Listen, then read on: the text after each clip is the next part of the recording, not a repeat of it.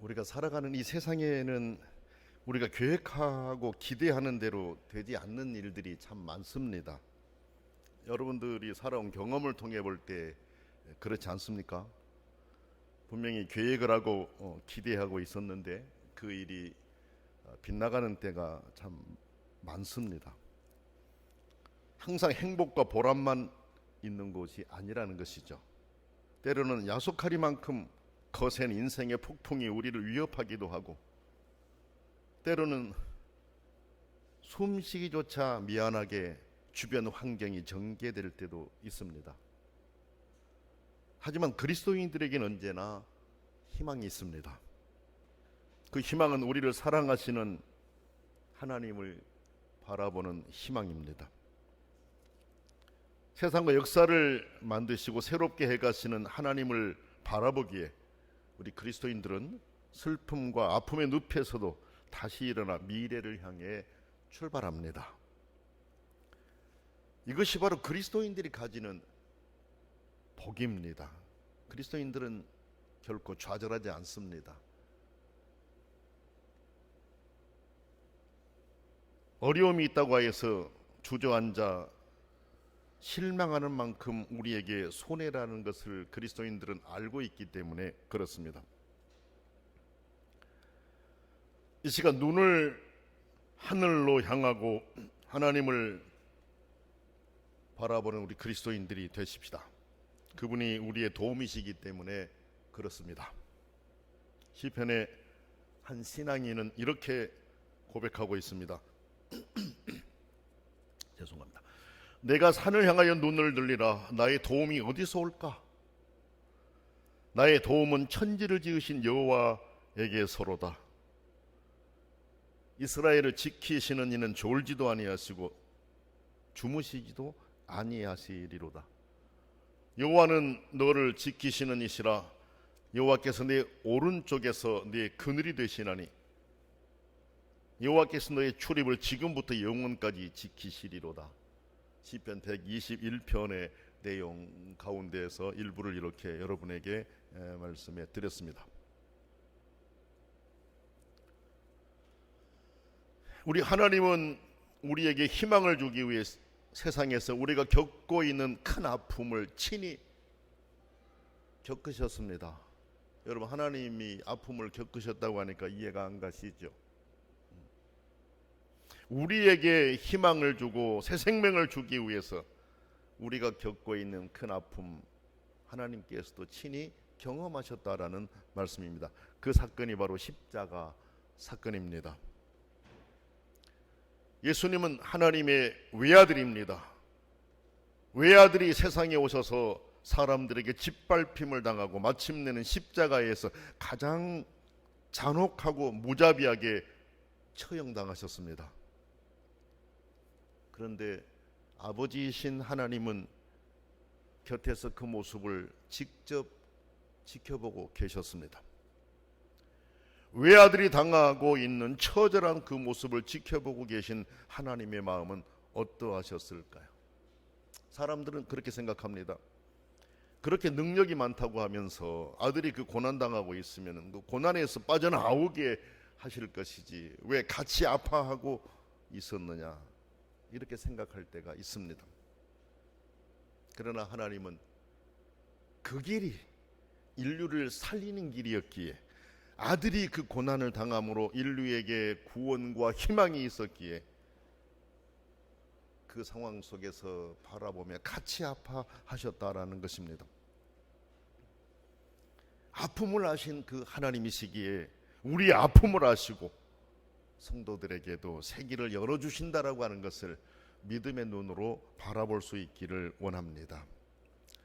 오늘 말씀을 보게 되면은 지금 인도자 천사가 40장부터 46장까지는 성전 경내에 대해서 이렇게 쭉 살펴보았었어요. 그런데 마지막 두 장 47장 48장은 성전 뜰을 이렇게 둘레를 다루면서 우리에게 큰 의미를 주고 있습니다. 말씀의 내용을 보면 이래요. 인도자가 이제 에스겔 선지자를 인도해 가지고 성전 정문으로 갔습니다. 근데 그 정문이 동쪽을 향하고 있었지요. 동쪽 문턱에서 물이 나왔습니다. 쭉 이렇게 살펴보는 과정에 동문 오른쪽에서 물이 솟아났다 그랬습니다. 인도자가 동쪽으로 이제 에스겔을 이렇게 인도에 갔어요. 줄로 이렇게 재면서 가는데 한 1000척 정도의 가가, 1000척이나 500m 정도를 말해요. 1000척 정도 이렇게 가가지고 건너가라고 했습니다. 그런데 보니까 물이 발목에 찼고 또 재서 1000척 정도 약 500m를 가서 건너라고 했어요. 근데 이미 물이 무릎까지 왔었고 또 세 번째는 허리까지, 그 다음에는 강이 됐었습니다. 이제 걸을 수 없는 이런 정도의 물이 되었다라는 것입니다. 오늘 하나님의 말씀은 성전에서 흘러나오는 물로 말미암아 바다가 살고 모든 생물이 새로워지고 열매들이 풍성하게 될 것이다 라는 것을 우리에게 희망으로 가르쳐주고 있습니다. 구약에서 성전은 하나님의 임재를 상징하는 곳입니다. 그러므로 성전에서 물이 나왔다라고 하는 것은 하나님이 계시는 곳에서부터 샘물이 솟았다는 의미입니다. 그 샘물의 기원, 하나님께 기원을 두고 있어요. 그래서 풍성한 은총을 의미합니다. 그 은총으로 세상이 새로워진다라고 하는 것을 묘사한 것입니다. 평화로운 교회 모든 성도 여러분, 그렇습니다. 어두워진 세상을 밝히는 힘은 하나님 안에 있습니다. 부패하고 부도덕한 세상을 정화하는 방법도 하나님 안에 있습니다. 희망이 없던 곳에 희망이 보이고 그 희망이 현실이 되게 하심도 하나님 안에 있습니다. 치유와 회복의 생수는 사람이 능히 건너지 못할 강이 되어 흘렀습니다. 하나님의 은총이 풍성하다라고 하는 것을 의미합니다. 이는 바로 그리스도인들이 믿고 기도드려야 될 이유이고 그리스도인들이 희망을 가져야 될 이유입니다.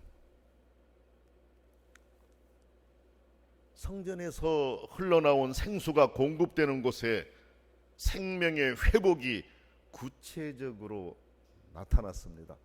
8절부터 10절의 내용을 보면 그 사실을 우리에게 알려주고 있습니다. 거기 한번 보세요. 그가 이르되 내게 이르시되 이 물이 동쪽으로 향하여 흘러 아라바로 내려가서 바다에 이르리니 이 흘러내리는 물로 그 바다의 물이 되살아나리라. 이 강물이 흐르는 곳마다 번성한 모든 생물이 살고 또 고기가 심히 많으리니 이 물이 흘러 들어감으로 바닷물이 되살아나겠고 이 강이 이르는 각처의 모든 것이 살 것이며, 이렇게 쭉 이어지고 있습니다. 성전에서 흘러내리는 물로 바다가 살아났습니다. 이 바다는 사해를 말합니다. 사해. 여러분이 아시는 대로 사해는 생물이 살기 어려운 죽음의 바다를 알고 있지 않습니까? 너무 짜서 생물이 살 수가 없어요. 그런데 그 사해가 되살아난다라는 것은 엄청난 희망이 아닐 수가 없습니다. 성전에서 흘러나온 물이 이르는 곳마다 모든 생물이 살게 되었고 고기도 심히 많게 되어서 어부들이 그물을 칠 정도가 될 것이다 그랬습니다. 그리고 그 고기의 개체수도 각기 종류를 따라 큰 바다의 고기같이 심히 많을 것이다 그랬습니다. 이렇게 성전에서 흘러나온 물은 불가능한 바다를 가능한 바다로 만드실 것이다 라고 말씀하십니다. 이 물이 흐르는 강 좌우가에는 각종 실과가 자라서 열매를 맺고 실과가 끊이지 않을 것이다, 그렇게 말씀하고 있습니다. 그리고 그 잎사귀는 약 재료가 될 것이다.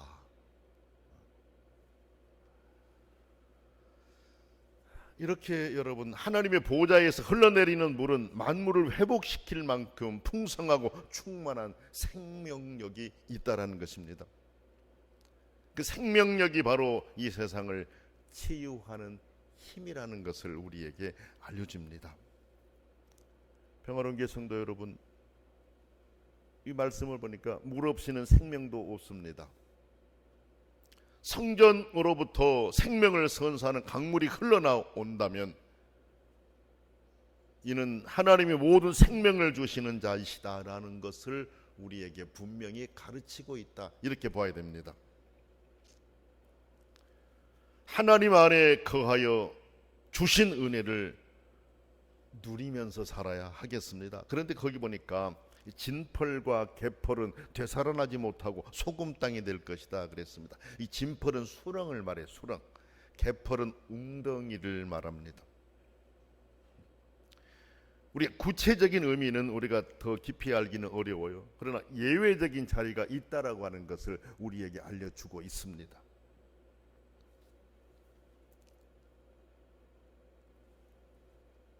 일반적으로 물은 생명의 대명사처럼 쓰이죠. 그렇죠.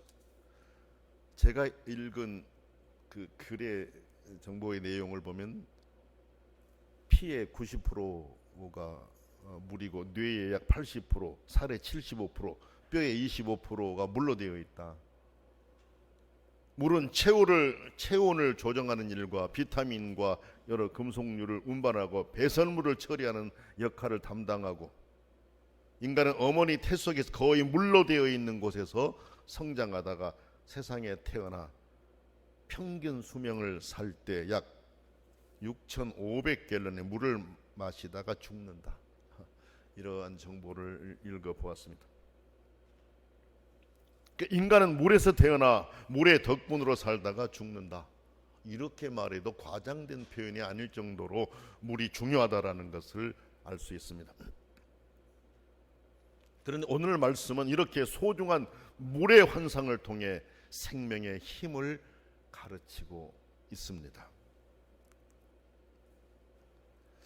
그런데 우리가 이 구약의 이 말씀을 구약으로만 끝내는 것이 아니라 성전에서 흐르는 물은 예수 그리스도와 연결된다라고 하는 것을 우리가 알아야 됩니다. 예수님은 자신을 성전이라고 했습니다. 요한복음 2장 19절 21절 보면 그 내용이 나옵니다. 그리고 예수님께서는 사마리아 여인과의 대화에서 생수를 설명하셨습니다. 요한복음 4장에 나옵니다. 또한 나를 믿는 자는 성경의 이름과 그 배에서 생수의 강이 흘러나오리라라고 하셨습니다. 요한복음 7장에 나옵니다. 오늘 우리는 성전에서 흘러내리는 물의 의미를 예수 그리스도 안에서 찾을 수 있어야 하겠습니다. 죄로 죽을 세상을 구원하고 살리기 위해서 이 땅에 오신 분이 바로 예수 그리스도이시기 때문에 그렇습니다. 예수 그리스도는 살리기 위해서 세상에 오셨습니다. 저주의 사슬을 끊어버리기 위해서, 생명 주시기 위해 세상에 오셨습니다.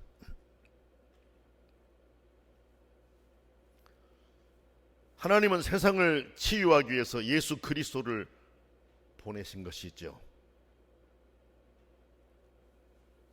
그러니까 결국 예수님이 오신 것은 세상을 사랑하신 하나님의 마음이다. 요한복음 3장 16절을 보면 우리가 알 수 있잖아요. 하나님이 세상을 이처럼 사랑하사 독생자를 주셨다 그랬어요. 그를 믿는 자에게는 생명이 있음을 말씀하고 멸망하지 않는다고 하셨잖아요. 영생이 있다고 말씀하셨지 않습니까?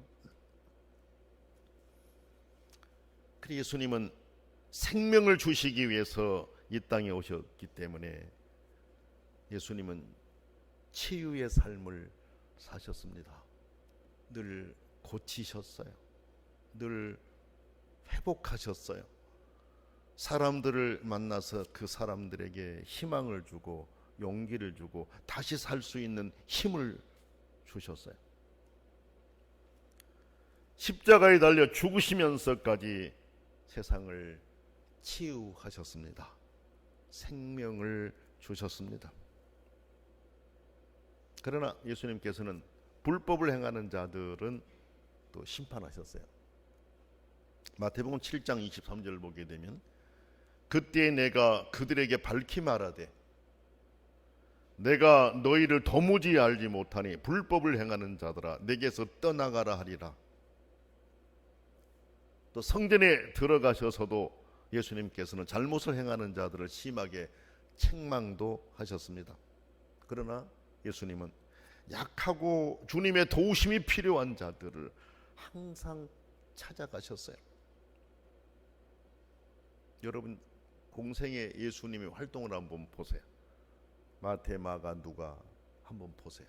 물론 요한복음까지 같이 한번 보십시오. 예수님께서 무슨 일을 하셨는가? 예수님은 어떤 사람을 만나셨는가? 어떤 사람을 만나서 그 사람들에게 어떻게 일하셨는가? 한번 보십시오. 일반적인 사람들의 생각으로는 할 수 없는 그런 일들을 하신 거잖아요. 놀라운 역설적인 그런 일들이 막 일어나잖아요. 그래서 우리 교회의 너스가 바로 그와 같은 역설적인 예수 그리스도를 바라보는 그게 너스, 그렇죠? 사실은 뭐 너츠인데 우리는 편하게 너스 이렇게 하고 있어요. 예수님이 행하셨던 거, 도무지 인간의 생각으로 이해하기 어려운 그런 일들을 계속 하시면서도 그게 살리는 일이고 놀라운 일이었다라고 하는 거, 그렇죠? NUTS, 우리는 너츠죠. 그러나 우리는 편하게 너스로 부르고 있는 거죠. 예수님께서는 약하고 주님의 도움이 필요한 자들을 항상 만나셨어요. 새벽에도 만나셨어요. 그렇죠? 저녁이건 낮이건 항상 만나셨어요. 예수님만 만나면 회복되었습니다. 자기들이 마음의 문을 열고 예수님께 다가올 때 원하는 바들을 이룰 수가 있었습니다. 그러나 마음을 닫아버리고 예수님을 비판하려고 할 때는 또 다른 결과가 나타났죠. 성전이시고 생수이신 예수께서는 세상을 치유하셨습니다. 그를 바르게 만나고 바르게 배우고 바른 믿음을 가진 사람들은 주님으로 인해 진정한 회복을 맛보았습니다. 주님은 회복시켜 생명을 주시려고 세상에 오셨기 때문에 그렇습니다. 그런데 여러분, 우리 주님은 승천하시면서 주님을 믿는 사람들에게도 그런 사명을 주셨어요. 이제 우리는 하나님과 예수님께서 보내주신 성령을 힘입어 살리는 길로 인도하는 사명을 감당해야 됩니다. 왜? 그것은 주님이 우리에게 분부하신 명령이기 때문에 그렇습니다. 그 일이 복음을 전하는 일입니다. 강은 하나님의 사랑을 담은 예수 그리스도를 통한 구원을 알리는 은혜의 복음으로 이해하면 좋겠습니다. 예수 그리스도를 통한 구원의 복음이 전달되는 곳마다 생명의 기회가 주어집니다. 그것을 받아들이는 곳에는 구원의 역사가 일어납니다. 우리 하나님은 성령을 보내셔서 사람을 통해 이 일을 하도록 역사하십니다. 성경을 보면 하나님은 직접 일하시기도 하셨지만 사람을 통해 일하신 경우가 많습니다. 우리는 이미 복음을 받아서 생명을 얻었습니다. 하나님의 사랑 안에 거하며 평안을 누리고 있습니다. 이제 우리는 살리는 힘인 복음의 강물이 우리에게서 멈추지 않고 나를 통해 더 멀리 전해지도록 살리는 일에 참여하는 소중한 복음의 통로가 되어야 하겠습니다. 이런 글을 한번 읽어봤어요. 한 화상이 있었어요. 그림을 이제 사고 파는 이런 사람이었는데 그는 그림을 사고 파는 일은 뒷전으로 여기고 될 수 있는 한 많은 화가와 만나서 상담하는 일을 주로 했답니다. 하루는 그에게 한 청년이 찾아와서 물었습니다. 선생님, 어떻게 그림을 골라야 실수 없이 좋은 그림을 살 수가 있을까요? 라고 화상에게 물었어요.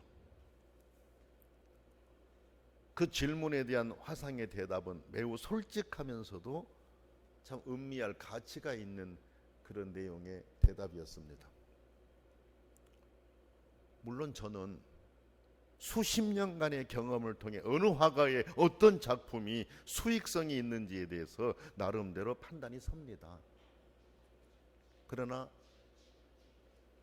그림을 사기 전에 반드시 그 그림을 그린 화가와 직접 만나 대화를 나눕니다. 그 작품과 예술 세계에 관하여 이야기를 나누는 동안 나는 그 화가를 자세히 살펴봅니다. 이때 화가의 눈빛에 생기가 없으면 절대로 그의 작품을 사지 않습니다. 작품에 혼을 다하는 예술가는 자기 작품에 관해 이야기할 때 눈빛이 타오르지 않을 수가 없지요. 이렇게 설명을 했어요. 그러니까 자기 작품에 열정을 다하지 않는 작가의 작품은 살 가치가 없다. 이런 취지로 이제 설명을 했다라는 것입니다.